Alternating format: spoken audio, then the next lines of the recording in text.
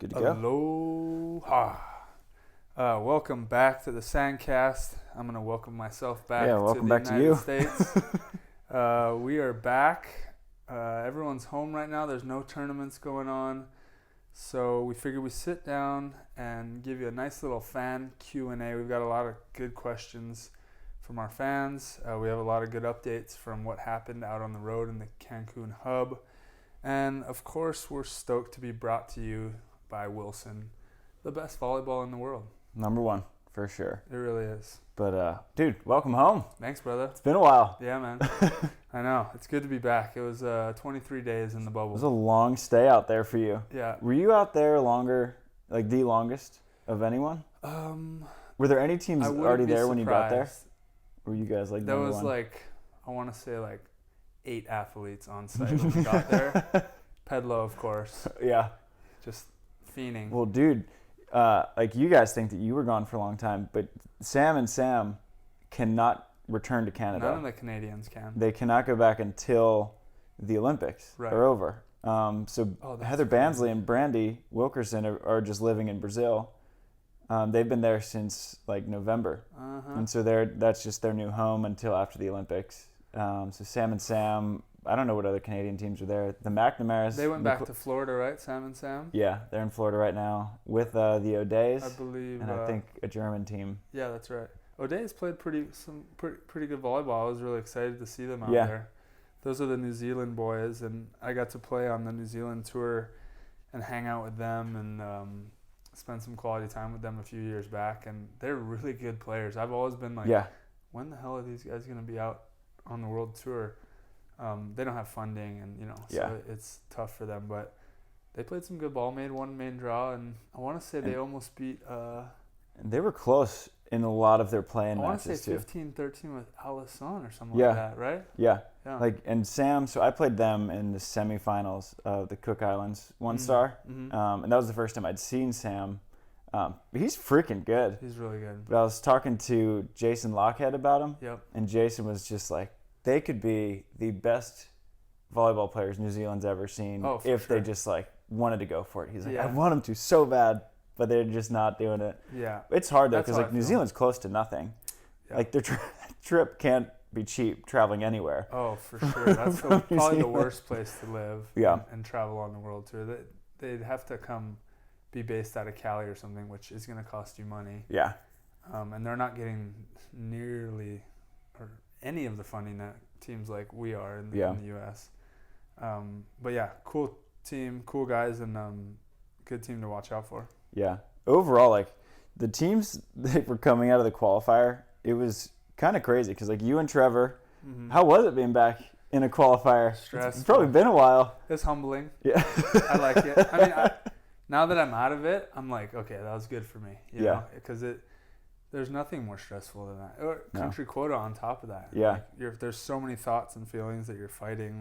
First of all, why the hell do we have to play in a country quota? Right. We've talked about that way too many times on this, so we won't go there. But and then you're playing your fellow countrymen, so there's tension there. One of us isn't going to be playing tomorrow, and then there's the qualifier, and I mean we drew. First of all, we went to 3 with Israel, and they were up. I want to say 7-3. 7-3. Dude, I was watching that I was at Adam's house in Myrtle, and we were watching, and you guys took care of them in the first set. It's funny because I actually played them. That was my first round draw in the qualifier in China. Yeah, they're solid. And so I knew that the defender is a good player, and we got our points in the blocker. But I was like, you shouldn't sleep on these guys. They're pretty good. And then you guys were down 7-3, and I was like, Adam? Me too. I was like, that took some mental strength where I was like, try. It's go time. Yeah. Time to dial in. And I think I got some blocks towards the end there or something. But, yeah, that was scary. I mean, shit, to be in that situation. Single elimination, at that level, anyone can win one match. That could have ended this, not ended, but pretty much ended this Olympic race right here. Yeah. A lot of things could have ended this been Olympic a dagger. race. So to be in the bubble and playing all these matches where literally everything is on the line, and by everything I mean the ultimate goal, making the Olympic team. Yeah. It was intense. Yeah. And I know you and Evie talked about the vibe in Cancun. But just like, how was it for you personally? Just like 23 days where pretty much every match you're just like Olympic chances, but hinging on everything. Yeah. I thought it was pretty good. You also got to keep in mind, it was our first tournament. Yeah. In months and months and months. And, usually it takes a while to like ease into season and you get better with play. And we didn't really have time to do that. So it was a lot of just like trust, like we're prepared, we're where we need to be, the work is done, the work is put in. Don't try to be better than you are right now. Yeah. Just trust the work you've put in. So there's a lot of like reminding yourself of that, and not trying to over press, Yeah.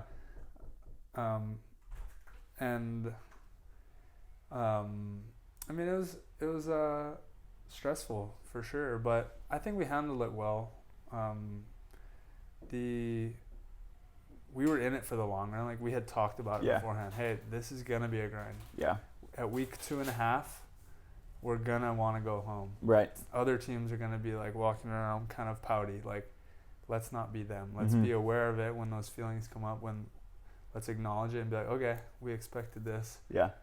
Hell no, we're in this for the long run. And I think we did a good job of that. Yeah. Definitely at the end, you're like, I get to leave tomorrow. Yeah. If I lose, I'm done. Yeah. Those thoughts come in your head and it's like complete BS. But yeah. It's good to just acknowledge it. And we were prepared. We were talking with our sports psych and all that. Yeah. If you guys hear some beeping and whatnot, Try's getting his shark blood in. Yeah, exactly. I'm getting an infusion right now. But with the Olympics being so close, like it felt like as a viewer, like that it was being like the race was being boiled down to like 3 events, which like as a viewer was awesome because you look at like huge moves were made by some teams like Adrian and Enrico went from virtually out of the race to now they're not only just in the last spot, they're ahead of Samoilovs and Smedens. So now Samoilovs and Smedens are on the chopping block. Dude, they balled out so hard. Yeah. And then you got teams like the Grimalts who just melted, and now they're like close to not making it after they started the Olympic run by winning like 3 events in a row. Right. It's crazy. No, for sure. It's intense. A lot of teams showed their colors there. Yeah. And it's a gritty event, and I guess kind of luck of the draw in terms of playing to certain teams' strengths. Because, like win ball is going to work for some teams. Yeah. Playing 3 events in a row is going to work for some teams. It's going to be those more gritty teams. Like there's certain teams that just don't like playing 3 in a row. Their bodies work better with. And just like mentally. Mentally, right? Can you handle You're it? tougher mentally. Your body breaks down over 3 weeks in a row. That kind of thing. And to have 3 of like the biggest events all in one place in the same conditions was a bit of a luck of the draw there. Yeah. And obviously Adrian is the best guy in the wind Yeah. he's got that sky ball and can cuff the crap out of the ball and make it insane. do crazy things. Yeah. Qatar though. Qatar. Dude, crazy. That was their coming out party. Yeah, and we have a like half of our fan questions are like about Cherif, Samba, and Ahmed Tijan, who made finals, lost to Anders and Christian both times in close matches, and then they made another final and beat Konstantin Semenov and Ilya Lashukov. Only the top, like since I've been on tour, let's just say 8-9 years now, only the great teams, like Hall of Fame teams, do that. 3 in a row. Like that takes a lot. Obviously it's one bubble and it kind of feels like one event, one long event. Right. But nevertheless, like that was extremely impressive, and they were already on the scene like very well respected. Everyone knew how good they were, but to do that consistently and make the final every time, and it was a coming out party in terms of like these guys might be a top 3 team in the world. Obviously they were this past week, but nobody would have ranked them there going into this. Right. Because maybe like 8th-ish range. Yeah. And like I feel like they're one of those teams that you look at like, well, this team could beat anyone. Right, exactly. But they had never made a final until the Doha One Star this February. Oh wow, really? As a team, yeah. Oh, that's crazy. And then so they make that final and win, and then they go back to back to back in Cancun and win one. And in the Doha 4-star, their only loss was to Perusic and Schweiner, like 19-17 in the third. And so, like, they're hot. Yep. And I think it's a difference between what they can do for one tournament and now they're consistently doing it. So now, like, you have to put them as like a medal contender for the Olympics at this point. Sure, and they've sealed their spot up. So yeah. I mean, now it's just who's going to peak during the Olympics. Right. In terms of those teams who are not really, there's no pressure on these next few events. Yeah, but I feel like it's all about like who's trending in the right direction. Totally. Because that's the thing with the 2-year qualification process is that your finishes in 2019. In terms of how well you're going to perform in the 2021 Olympics, it's almost irrelevant. Dude, it's like how you're playing now. Yeah. The first event was the one me and Trevor on goal. We're still the China 3-star. Probably using that finish right now.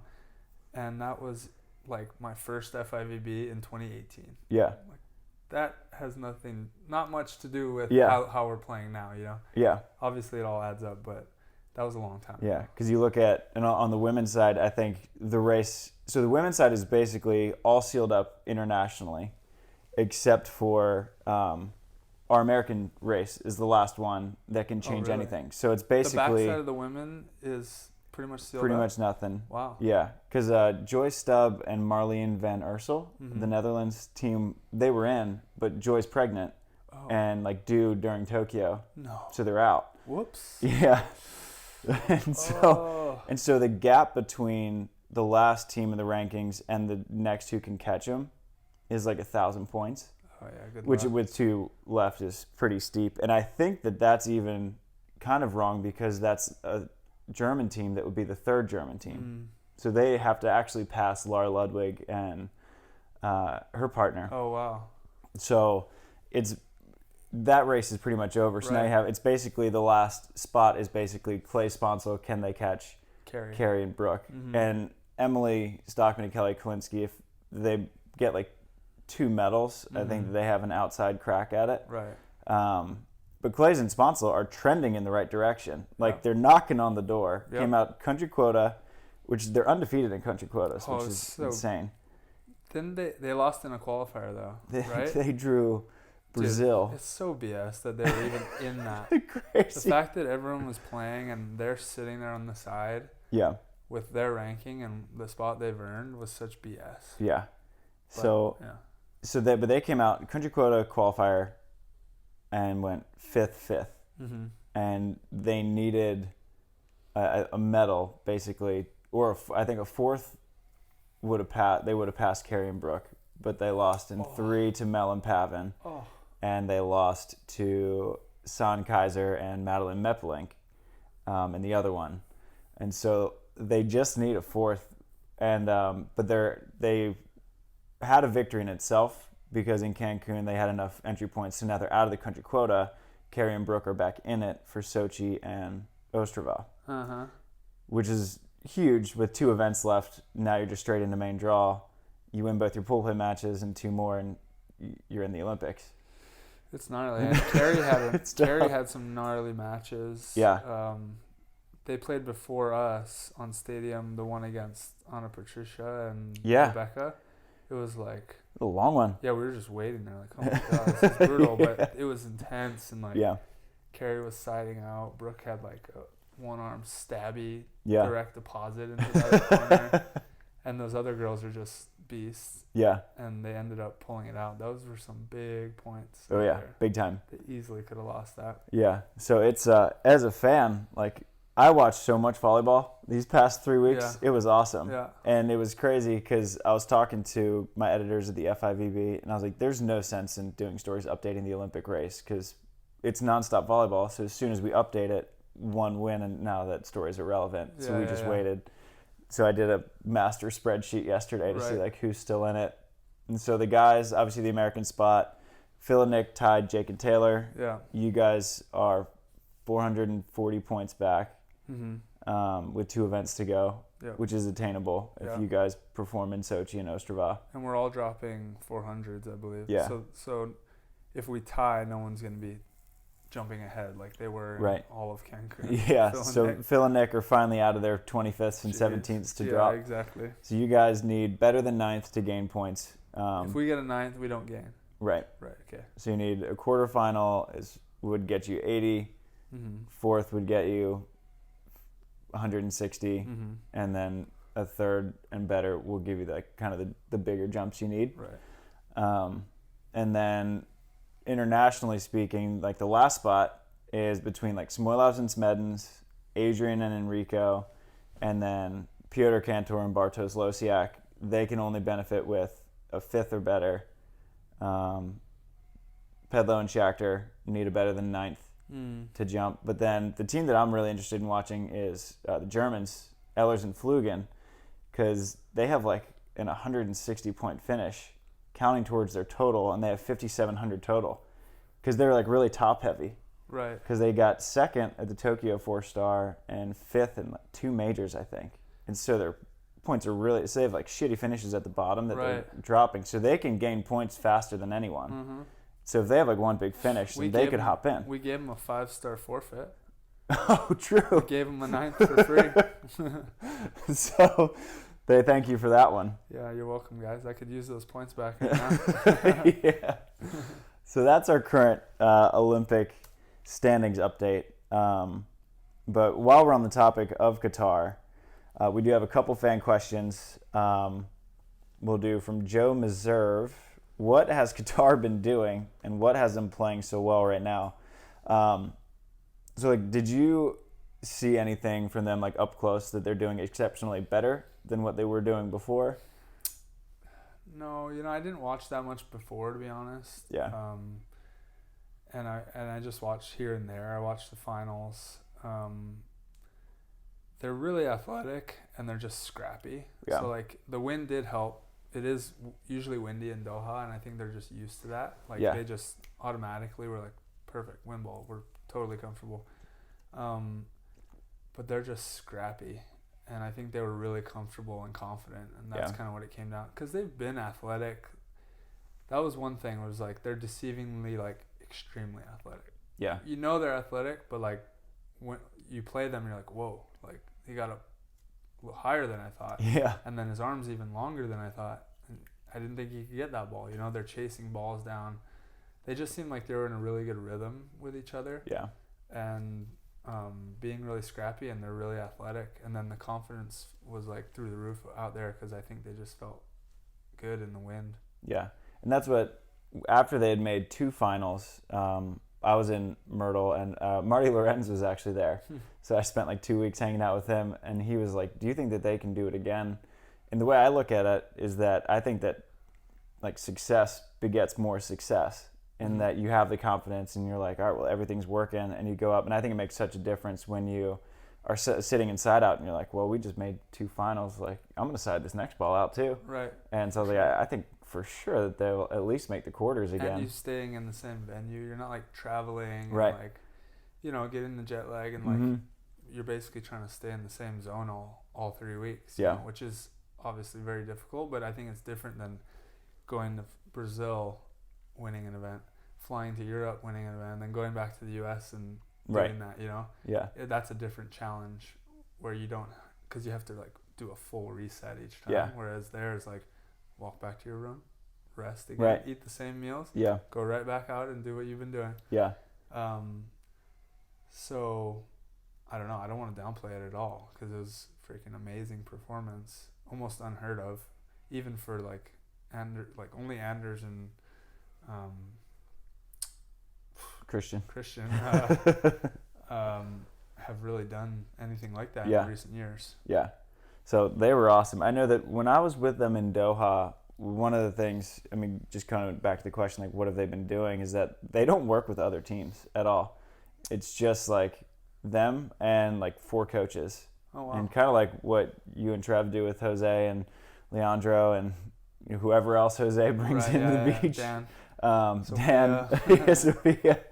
And because that was one of the things that like their second team, the Gambian team, trains out in Qatar a lot, and they're like, we don't really get to work with Cherif and Ahmed, They just work with their coaches the whole time. So maybe that's it. Maybe they just like get reps and reps and reps and reps, and then it just like they're just automatic once it's match time. Yeah, I think they're just getting to that point in their careers too. Like they're now veterans. They've been on tour, super comfortable. Like any team that comes through, seen them, played against them, we know we can handle them. And there's younger teams where you're confident against, and it's just like that progression has gotten there to where they I guess believe they could be. Yeah, and they showed it.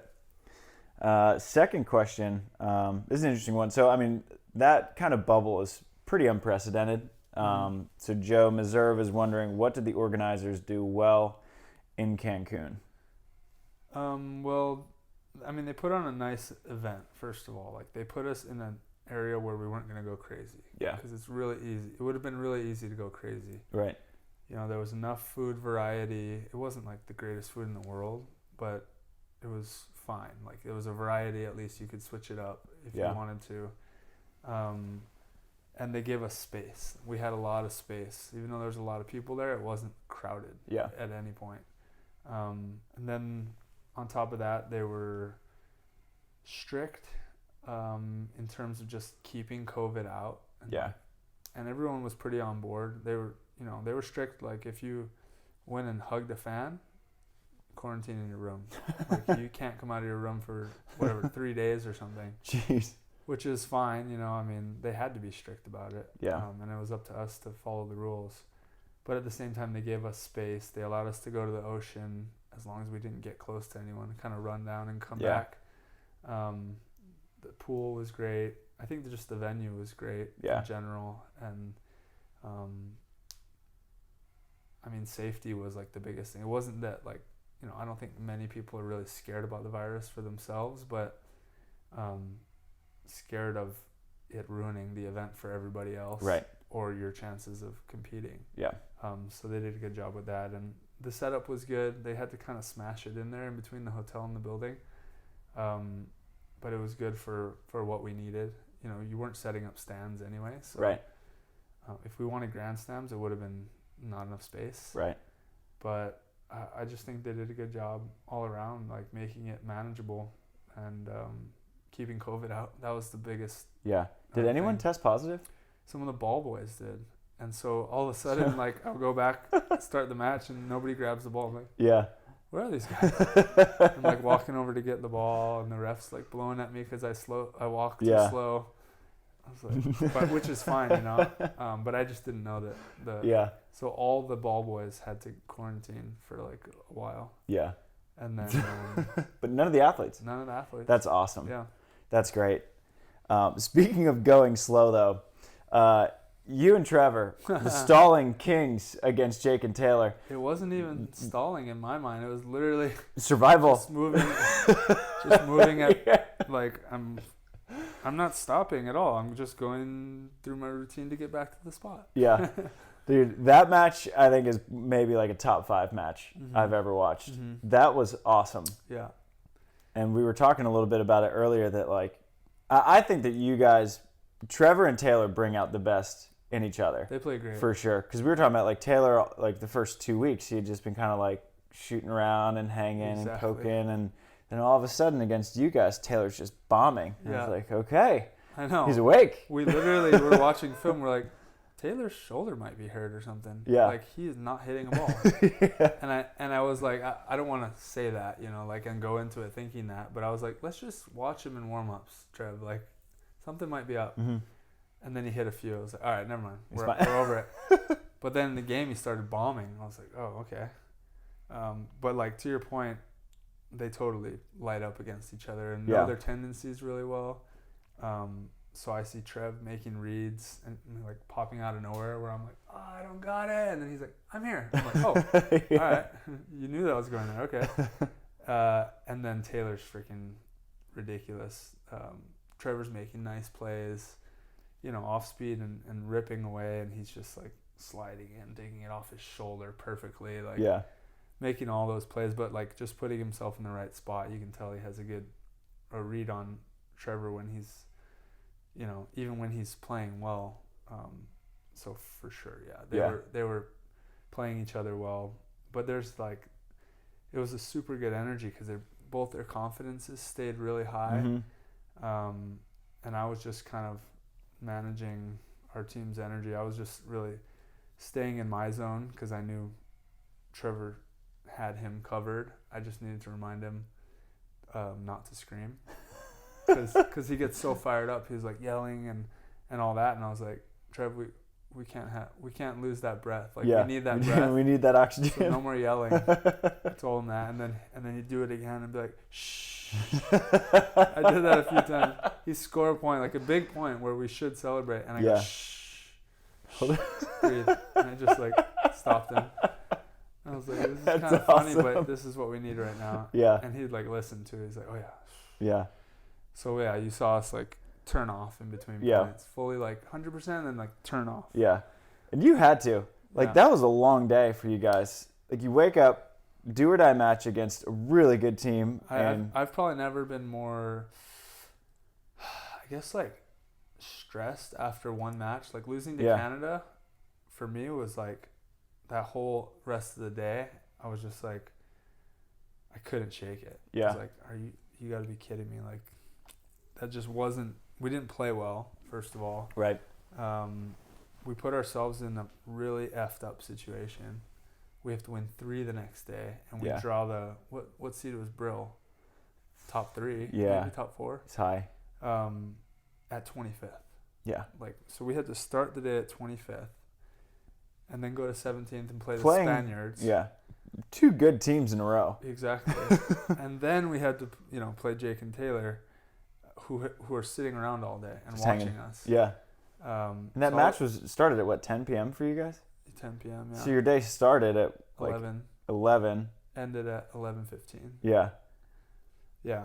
So we were gassed, but like the night before, I was just like really pissed that we put ourselves in that situation, that we had to go from 25th to 5th. Yeah. The following day, all in one day. Yeah. I knew we could do it, but I was like really bummed that like we put ourselves in that position. And then I got over it. I had just like doing some writing, journaling, and just like trying to figure out the mindset I wanted to go into it with. I found it, and just like next day I woke up and just like, let's go. Yeah. And just grinded through it, and then we got to the final match, and it was the same thing. It was just like head down.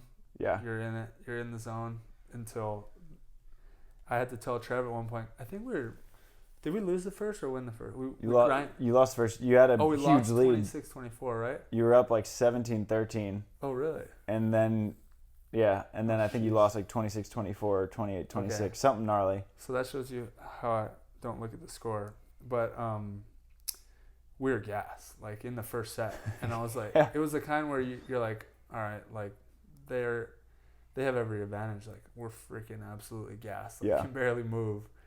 And I told Trevor, I was like, dude, we've trained for this. I promise.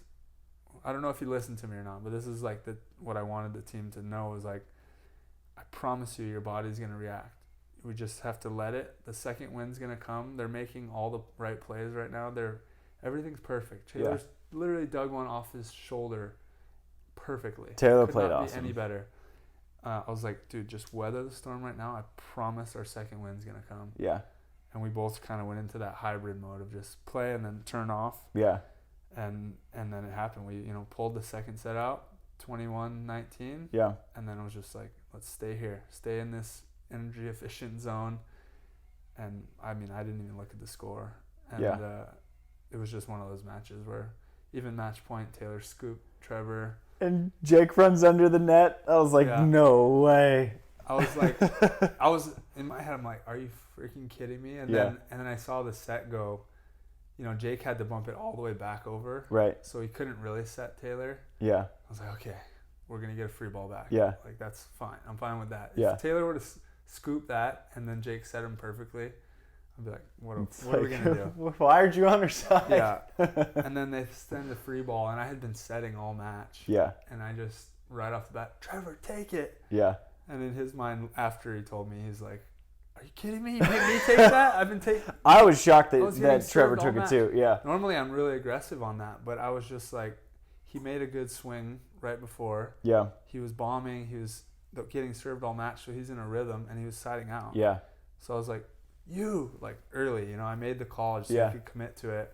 And I was setting all match, so I was in a rhythm setting. I was just like, one more, dude. Yeah. You have to do it. You have to do it right now. Yeah. And he freaking squeezed it line perfectly. And then we kind of carried each other off the court. Yeah.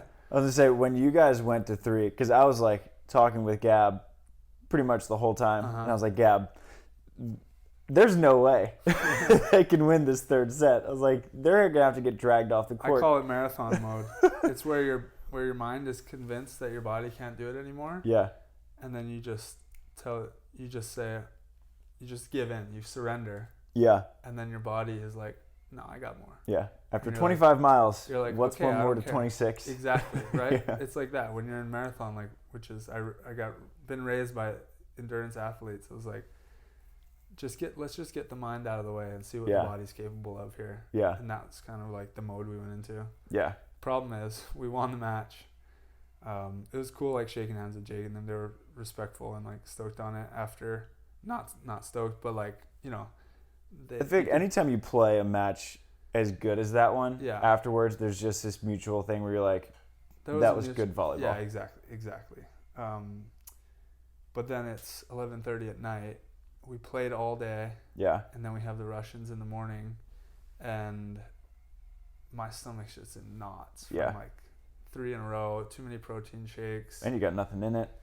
Nothing in it, stress, like, stomach was worked. I ended up falling asleep at 1:30. Trevor couldn't fall asleep till 3. I bet. I woke up twice, like having to go to the bathroom. Yeah. Number 2. Twice, which is like, I don't wake up for that usually. Yeah. And he was up the whole time. Yeah. So we were kind of up all night and like not recovering the way we need to, but the adrenaline was so high you can't just go to sleep. You can't fall asleep. Yeah. No way. And then next morning, you know, same routine. We went out and played, but there's like an hour-long break. I even showed up late to warm-ups because I knew the court was running late, and then I went 3 again. We're waiting for like an hour. Now I'm like, damn it, I've warmed up too much now. Right. Not too much. You know, I was sitting and waiting, but then I was sitting. Just a little off. Yeah. Yeah, and then match started, and it was just like a few moves I did where I was like, wow, I knew exactly what he was going to do there. I was planning on blocking it, and my body didn't go. I was like, okay, that could be a problem, but let's not go there mentally. And then just couldn't pull it out. Yeah. You know, against a 7-footer who blocks you standing a few times. Dude, you hit an option that he wasn't there for, so he literally just stood and put his hands up and like soft blocked it straight up, and I was like, what do you do? Exactly. And that's insane. Exactly. Yeah, and like that's a lot of effort for me, you know, and he's just walking up and standing there. Yeah. And we were already gassed. So I was like, this is going to be a tough one to pull out. Yeah. And I mean, that is a good team. Like they made the finals of European champs in 2019. When so it's not like they're a joke. Sure. Yeah. They're great when they're good. And because I mean, Lushukov, he's kind of like Taylor-ish in his arm. Yeah. Maybe not in the way he digs balls. I don't think many people dig balls like Taylor, but it's not like you lost to a terrible team. No. For sure, we didn't. But, you know, it just doesn't feel good when you don't feel like you brought your best game. Yeah.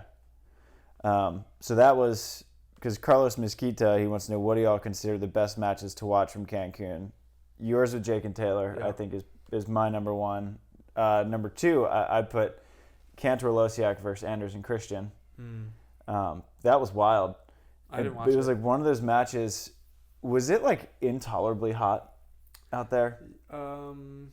I've played in hotter, but yeah, it was really gnarly. Because I'd say it was like you know, if 10's the worst I've ever had, like Yokohama, 100 and over 105 or something like that. Yeah. And humid and no wind. This was like 8 maybe. Okay. 8.5. Because there was wind. There was an ocean breeze. Right. It was a really strong one, but it was hot and muggy. It was probably like 80, you know, 85, 90, and like really humid. Yeah. With the wind, so you're like scrambling more. Yeah. Because it, in that match with Polish versus Norway, Cantor puked. Oh, did he? Yeah, like middle of the court. Oh, shit. He just like stopped the play and just like threw up, and then Anders was just, And then I was like, that's how you get COVID. Right. Yeah, exactly. But then Anders was also like heaving after every point. Yeah. And so it, like, obviously it looked hot, but I was like, I don't know. I mean, it's really windy, so I didn't know if it was that bad. And I saw that the FIVB was even allowing like little water breaks at every switch, which they never do stuff like that. If it's really hot, they do that, yeah. So I was like, it must be pretty hot. But that's up there. Alison Alvaro versus Brouwer Mewson was a crazy one. Alison was gassed for most of the matches. Yeah. The fact that they took Anders and Christian 3 in maybe the first semi or the second tournament, I forget which was what, but they lost like 21-7 in the first set. Huh. And so we just like, I was at Adams, and so we were just like, all right, well, let's just go out and like surf or something and have fun, and we'll come back because this match is over. Right. And we came back, and they was in the third set. I was Not like, with Alison. What well did Alison find that energy from? Well, that's like Phil and Nick. Like they'll lose 21-9. Yeah. But it's because they turn off. Yeah. They're like, energy save for the next set. Yeah. So you can't really buy into it when it's those guys. Yeah. Oh, Phil and Nick, another match. Their match against the Czechs. Did you watch that one? I didn't. So they were win the first set, up 20-15 in the second. Uh-huh.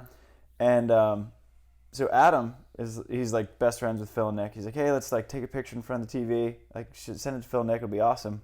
Well, they check sides out for 2016, miss it for 2017, miss it for 2018.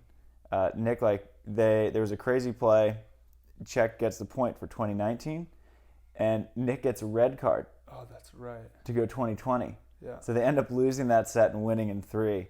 But I thought Phil was going to kill Nick. As soon as he got that red card, Phil was like, come on, man. If you're going to get a red card, you better time it. At 0-5, like, earning 5 straight on Phil and Nick is not an easy task. Because at some point after like 2 or 3, Phil's like, all right, I'm optioning. I don't care where the pass is. Right, yeah, it's going down.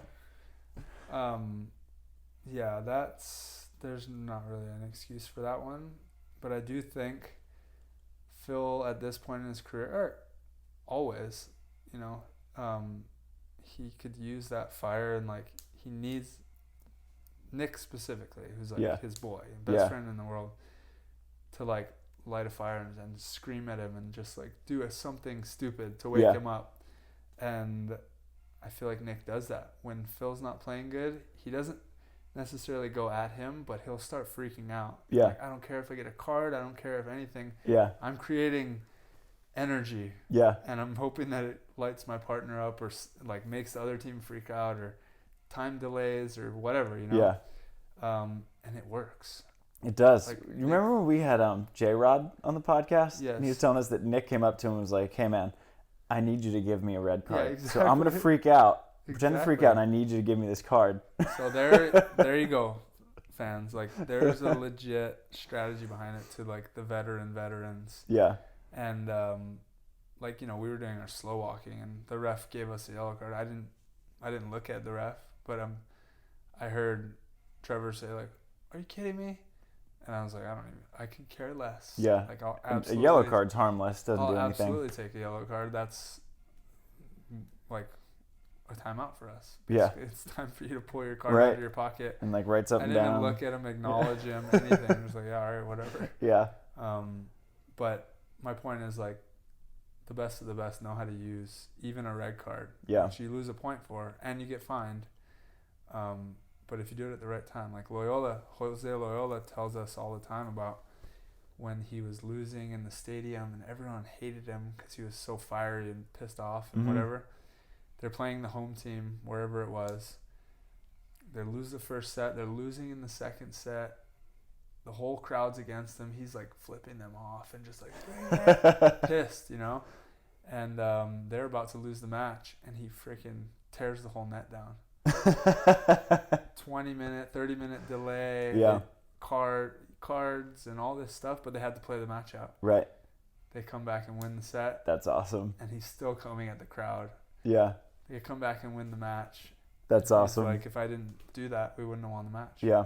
Which, like, some people might say is, bad sportsmanship or something, but I say it's gamesmanship. Your job's to win, It's a win. It's the ref's jobs to penalize, and give points, and it's the tournament's job to fine you if that's what you do. But you can do whatever you want. Yeah. As long as it's within the rules, and And if it's against the rules, like, you just accept whatever the consequences penalty, right, are, exactly. and you move on. But it happens. Yeah. So I'd put those matches, and then on the women's side, I don't know if you watched the last final between the Australians and Agatha Duda. I didn't. The Australians were down 18-12, and Taliqua Clancy had like 5 blocks down the stretch to bring it back, win the second, win third to win. And like Agatha Duda, I mean, they don't give away 6-point leads with 3 to go. So that was a really cool match to watch. And then Clay Sponsel against the Germans, Carla Borger and Julia Sud. They came back. They were down, I think, maybe 12-10 in the third. And this was a big one for them because it was 9th to move into 5th. Mm-hmm. And they ended up, Kelly had a huge block to make it 13-12. And then Sarah, it was like this really long rally match point, and Sarah had a 1 overkill for match at 17-15 and 3. I was like, the stones on that girl. It was awesome. Dude. So I think those are probably the 5 best matches I watched from Cancun. There you have it. Yeah. So that's probably, we'll move on from Cancun.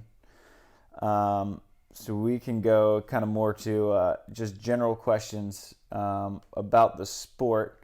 This is from Christopher Tiller. What's something you'd like to see the next generation of beach professionals accomplish? And I think that's kind of a pretty relevant question, especially now, because one generation is moving out pretty much as soon as Tokyo is over. I can't imagine Phil and Jake really touching the ball for quite some time. Like Rosie, like kind of that generation is starting to move out, and it's kind of you and the Crabbs are sort of kind of the face of the men's side of this next wave. Yeah, I mean, I'm sure the guys that you didn't mention there would, like to put their names in the conversation, and there's some serious talent there, that, as we all know, with Cam and Theo and Chase. Yeah. And, a few more guys. But yeah, I mean, I'm kind of trying not to think about it much because I have, you don't think about your next race when you're about to you're at the finish line of your current race. You know what I mean? It's just wasted energy and thought process at this point. But we're all in it for the long haul. Let's just say Paris, is going to be the main goal after this. And I think it's going to be fun. Like, this generation is different.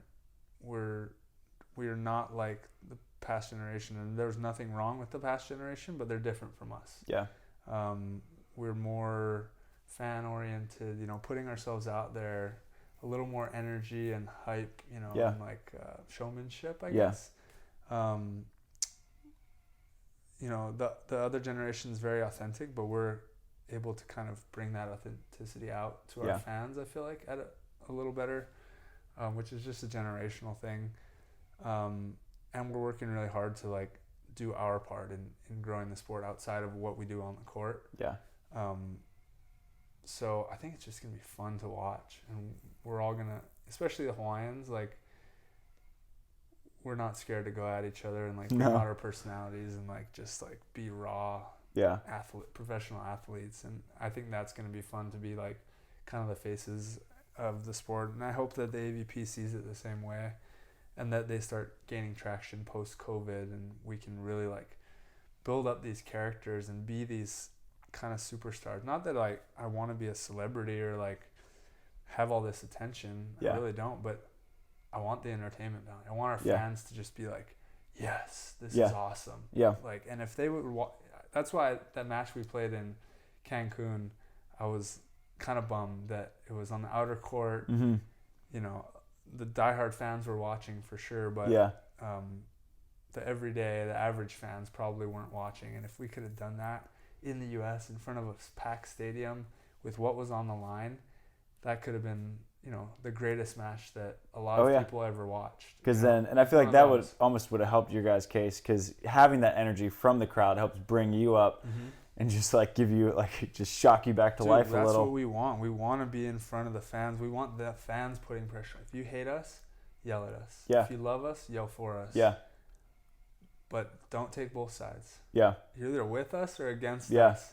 and we're going to tell you that, and it's just for the love of competing and, you know, sports. And I think we have a good gauge on that, and as long as the tournaments are on the table, our generation is going to do a good job in entertaining everybody. Oh yeah, for sure. Yeah. And it's funny because I was talking to at FUDS, that Force tournament in Florida, I was talking to Rosie kind of like about this same question, and he was like getting like nostalgic because like the last night there's like a pretty big players party, and I was just talking to him. He's like, man, you know, when I got on tour, like the AVP was so big, and he's like, I thought that I would leave the sport with something to like hand you guys. Right.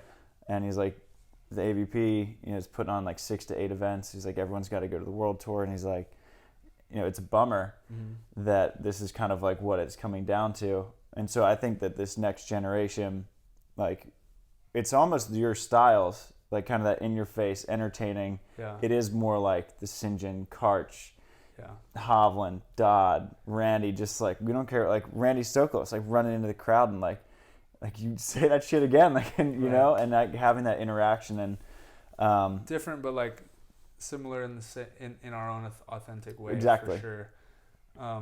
Yeah, and I think that makes us think too. Like when I look at this past generation again, you know, these guys are amazing and they've done so much for the sport, but I think that a lot they played during a good time, and things were just taken care of. AVP was thriving. Yeah. World Tour was good. They just needed to play.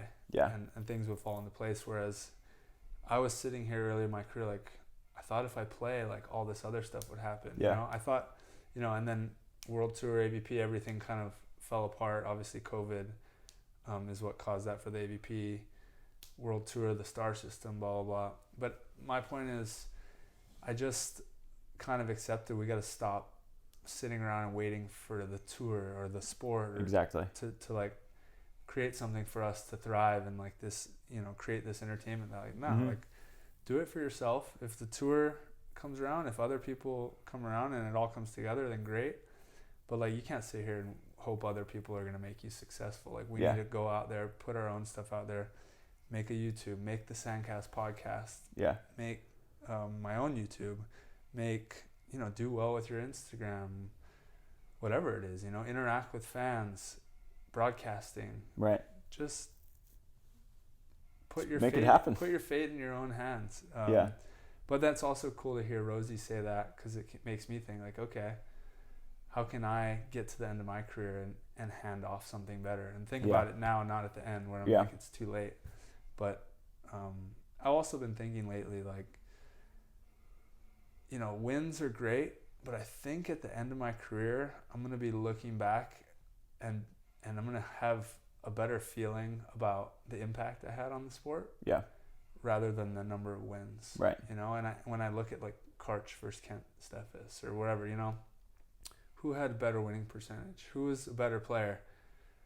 I mean, Karch was obviously the GOAT, but like Kent Steffes, you could argue was better. Yeah, for the time that he Kent's played. my pick every time. Okay, it's Kent. But I barely knew who Kent Steffes was. Yeah. Karch Kiraly had the impact on the sport, and he's still having that impact on indoor. He had it before he came to the beach. Yeah.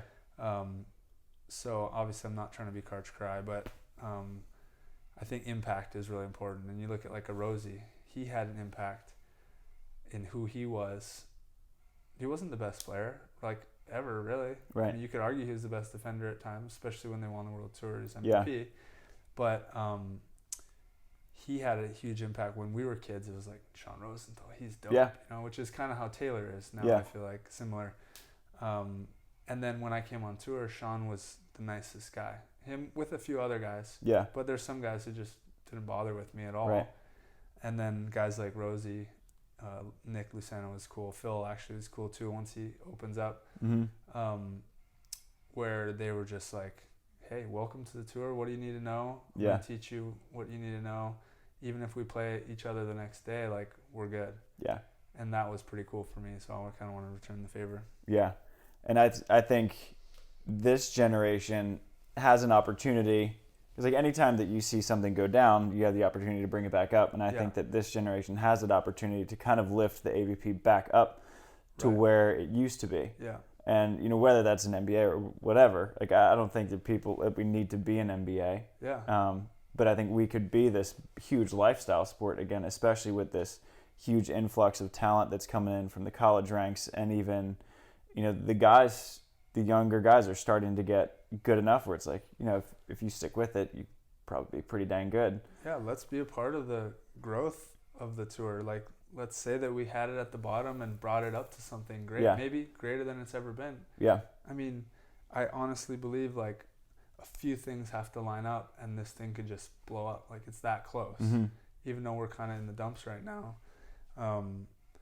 So I want to be a part of that. And I'd be excited if I was a fan. Like, this is fresh blood. People know that Phil's the freaking GOAT, and like Jake's one of the greatest blockers of all time in the history of the U.S. But let's be honest, as a fan, you want to watch us play. I'm just saying that because I talk to people, like Phil's hands on the hips, head down. People are over it. Yeah. And I'm not disrespecting him at all. He is who he is. But people want to see us play. Yeah. And we're going to be ready to play, and we're freaking getting better at volleyball and more confident, and I'm excited as a fan. Yeah, I think we're in a situation kind of like a buy low, sell high.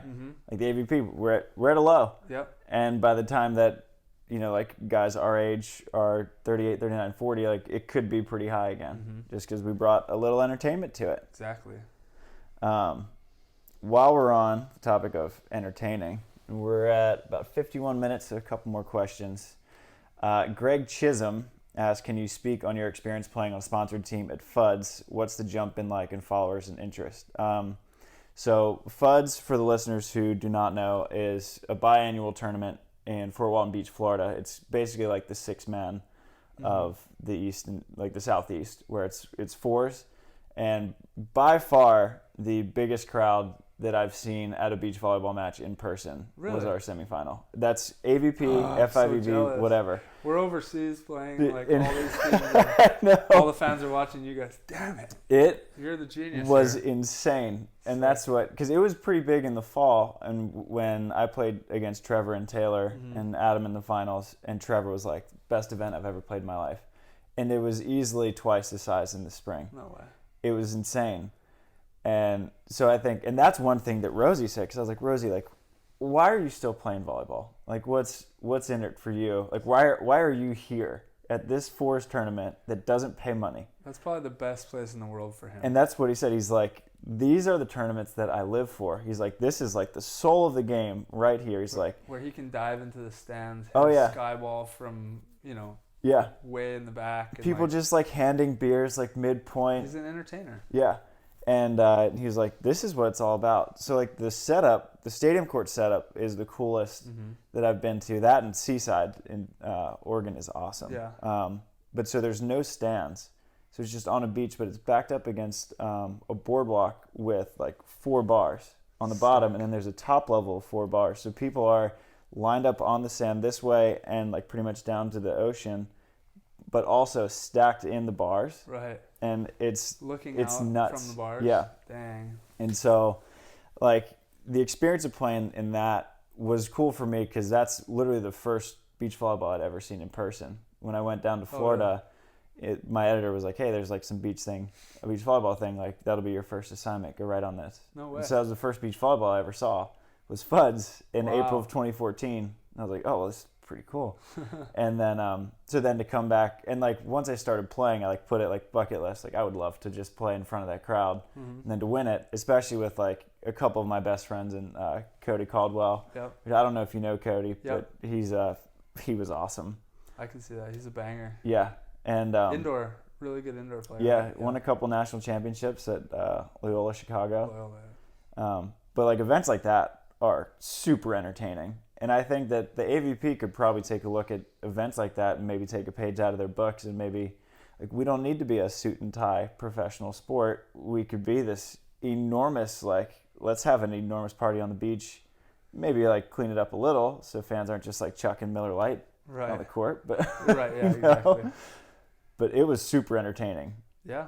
There should be like they should call it, you know, they should have the major series or the gold series and then like the underground series or something during the winter or something. Yeah. You know? Because we have like, so there's these like iconic events, and like 6-man, FUDS I think would be one of them. Seaside, Wapaka is a cool one. Pottstown, big grass tournament. AVP just took over one of those, right? Yeah. The grass. AVP took over all of them. Oh, all of them. Okay. Yeah. Okay, so great. so they're all like big AVP next. Like, so Pottstown is a grass tournament that I'm playing with Kyle Friend. $70,000 purse for grass. See, this was concerning me a little bit. And so I don't know where that money comes from. No, it's great. And like, I wish that we'd have a beach schedule before we had a grass schedule. Yeah, it's hard to be the pros. Yeah. The top pros where it's like, you know, we can't play in that. Yeah. And we're trying to make a living here. Yeah. So like, where are the priorities? I know, and that's what I was like. I get it too. It's cool for the sport. It's cool, great for the players that can play in that. But like, you know, what we were talking about earlier, we're trying to build this thing. Right. We want to make it as good as it's ever been, and then it's like, oh, we're gonna put our focus on some grass tournaments. We're like, oh, like, and should we even be like investing time into the AVP then, you know? Right. And that's what, like, I commented on their Instagram when they announced the grass tour and everyone's like, this is awesome. And I was just like, the old switcheroo. Thought we had a beach schedule coming out and we got grass. And I said something along the lines of, this is awesome. Stoked to see big prize money. Can't wait to see what the Pro Tour's prize money is. Yeah. And so it's a bummer that there is no beach schedule. Yeah. But I think, I was thinking about it from a pure like revenue standpoint. So I think one of the chief revenue sources is AVP American memberships. Right. The grass tour is now AVP. So you want those renewal fees. So that's money coming in. There's no doubt that they have a plan in place, and it probably makes sense from a business standpoint. Yeah. But how many people are investing their lives into their business? You know? Right.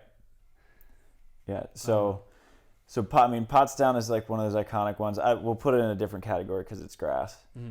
But I think Motherlode, I haven't been there, but apparently it's pretty great in Aspen. Yeah, I've heard of that one. Yeah. So I think like those tournaments are the ones that like the fans love, the players love, that I think that maybe if the AVP took a look at it and was like, you know, let's try a tournament without stands, without all these like bells and whistles, and let's just see what happens. Yeah.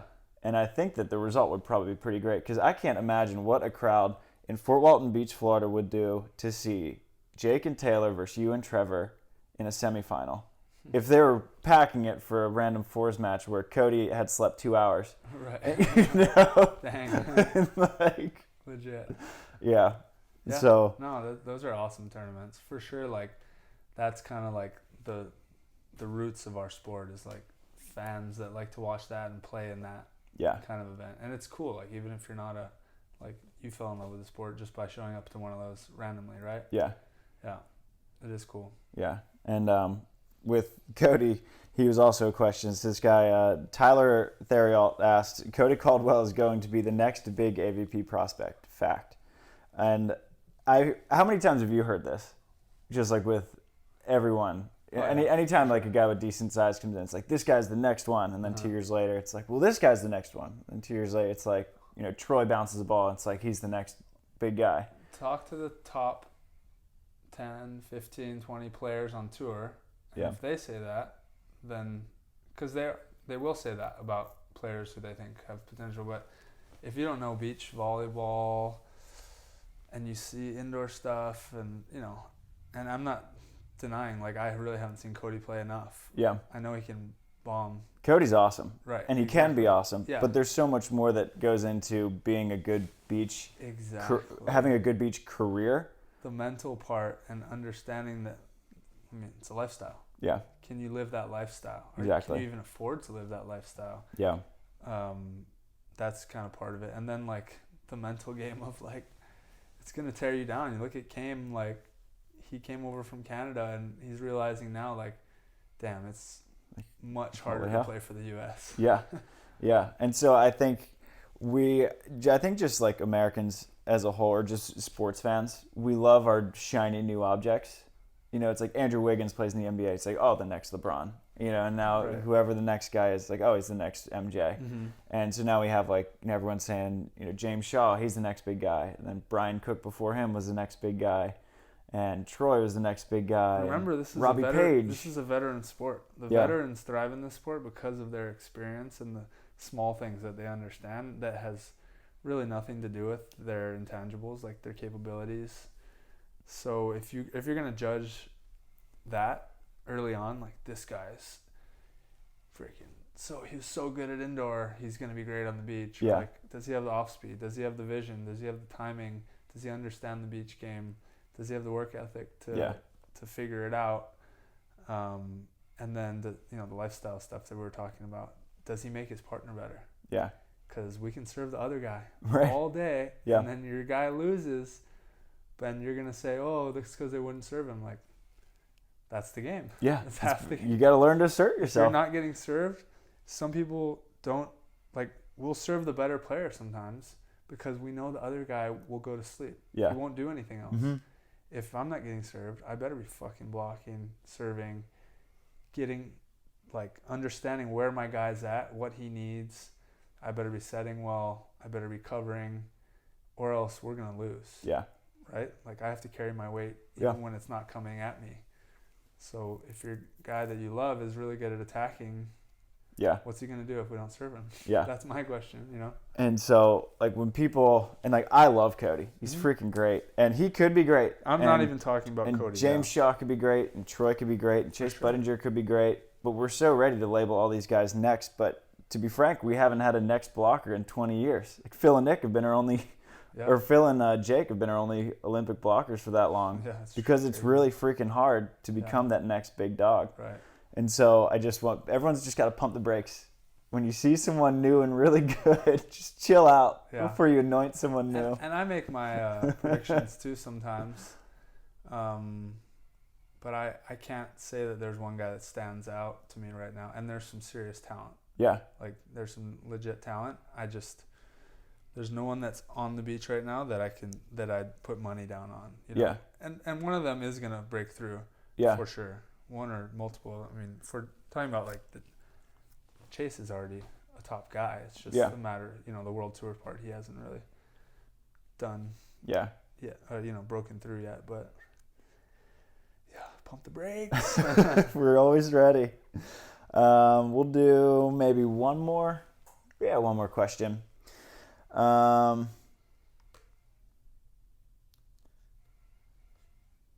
Let's go with, this is an interesting one. So we're not going to do any strategy or training specific questions on this episode, but we will get back to that in the next one. So this is from Amir Lugo Rodriguez. The sports stigma you were told as a kid, you now realize was false as a professional. I thought that was pretty interesting. What stigma? So if maybe not stigma, but maybe our image of a professional athlete as growing up, what's different actually from what we thought it would be like towards what it's actually like. Interesting. I think number one for me would be that almost no one is playing at 100%. Oh, right. Ever. Someone's always dinged up or nicked up at some point, and that you don't have, it's not like you go to practice and then you just have nothing to do all day. Mm-hmm. Somehow I'm doing stuff from 6 a.m. to 9 p.m. every day. I'm what happened? Yeah. And when you're a kid, it's an excuse, right? Because you kind of, when you're younger, it's like you said, you're assuming that everyone's healthy and good. So if you come into it injured, it's boom, you use that excuse right away. Yeah. Well, I'm injured. Other people don't play injured. No, you just don't see it. Yeah. All these pro guys are injured and dealing with something or, mental stuff that happens before the game. And you get to a point in your career where you're you don't tell anyone. You don't this is just what happens. There's life. All kinds of setbacks. There's all kinds of crap that happens, and you can't use those excuses. You're constantly playing at, this. You're just adapting, to whatever. That's actually a really interesting question. It's funny. what comes to mind for me is like, I've actually been really lucky to be raised by my parents. Yeah. Because they were amateur athletes, endurance athletes. My mom, long distance canoe paddling. Dad, ultra triathletes. Yeah. He's on the board of directors for USA Triathlon. Okay. Mom's marathon runner. So, and they did this for fun. Yeah. They loved it. And I had like, a little weight room in my garage. They're both PE teachers. So I had every sports game in my garage. But I was watching them. I'm waking up early, going to their running clinics at 5 a.m. because I couldn't stay at home and just sleep in the van with my sisters. And I think I just bought into sports at an early age. Like, oh, this is what you do. You just like crush yourself and suck it up. And, I was watching my parents do this stuff for no money. Yeah. Which, like, for me now, it's like, I ain't doing that. When I retire, you ain't going to pay me? I'm out. Yes, everybody knows I'm going to go surf and probably golf and whatever. But, but at an early age, like, I remember Jerry Rice being my favorite player and Brett Favre. And it's funny because they were, like, two of the more gritty guys. Yeah. Brett Favre's super gritty. We all know that. And then the gunslinger. Mm-hmm. And Jerry Rice grew up juggling bricks. I remember I read he was my favorite player because he was helping his family.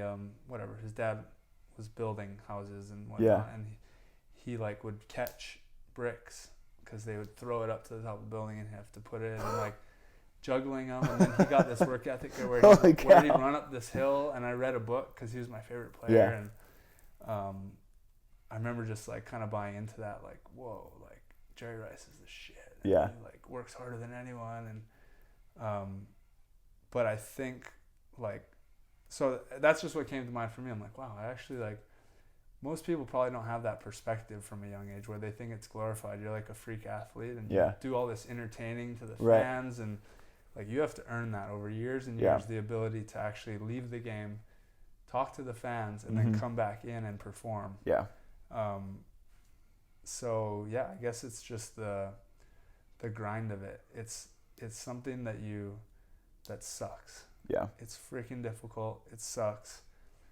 But if that's the job for you and that's the job you love doing, then that part's just doesn't matter. Yeah. You're okay with it. But if it's not a good job for you, you don't actually love it deep down, those painful times, those times that suck, which is very often. Yeah. You won't get through it. Yeah. And I think one of the tougher ones that I'm beginning to just get like a small taste of that you've done for quite some time is being away from home for long extended periods of time, and how difficult that is. Right. And I didn't really even understand, like even from a beach standpoint, I'm like, you get to go to like all these cool countries and all this stuff, like that's so cool. But then like me and Delaney, like our travel schedules, when you were in Cancun actually, like we were apart for like 3 weeks, and I was like, damn, like that sucked. And like 3 weeks isn't all that long in the grand scheme of things. And now I'm about to be gone for like a month. Yeah. And Delaney was like, I'm like stoked that you're getting these opportunities, but she's like, this is really hard. And so just getting like the first glimpse of like how tough it is to be away from home, like away from family and like your routine, and like a lot of things that you love, to go do something else that you love. Yeah. Put it this way, when you first get on tour, and I think you're just getting to that point where it's like, this is real. Like you've been on tour long enough, you've traveled the world long enough now to where you're like, you don't see the schedule. When you're young, you see the schedule, like, whoa, cool, Croatia, cool, shot, cool this. Yeah. Now we see the schedule, it's like, okay. Yeah. that's what we got to do. Yeah. And you try to be grateful, and like some of the older guys, you can tell they really reflect and like try to slow down and appreciate traveling, because it's easy to get lost in it. But yeah, no, we don't look at the schedule and say, yay, sweet, we get to go to Rio. Right. Which I do get excited because I like that beach, but it's like if I'm going to go anywhere, I'm excited to go there. But realistically, I just want to be home with my family. And if I go travel somewhere, I want to go with them on vacation. Yeah. Obviously, there's so much to be grateful for when you travel, but it's a job. Yeah. It's a pretty cool one, and you're doing a pretty good job at it. Yeah. 3 top 10s in Cancun. A couple more big ones coming up in Sochi and Ostrava. Here to entertain. When are you out for Sochi? Do you have your 23rd? Okay, and then you'll go right from Sochi to Ostrava, and that's the last event of the Olympic qualification period. Is Stade backed up right against Ostra, or do you come back? No. We come back. Stade's not until is it a little bit early later? July, I want to say. Okay. Yeah. Okay. Yeah. Wasn't So sure we'll that's have going to work about a out. month off. Okay. Mm-hmm. So we'll be home for a little bit, and then be back on the world tour. Mm-hmm. All right. Good to have you home. Sweet. Thanks, brother. Shoots.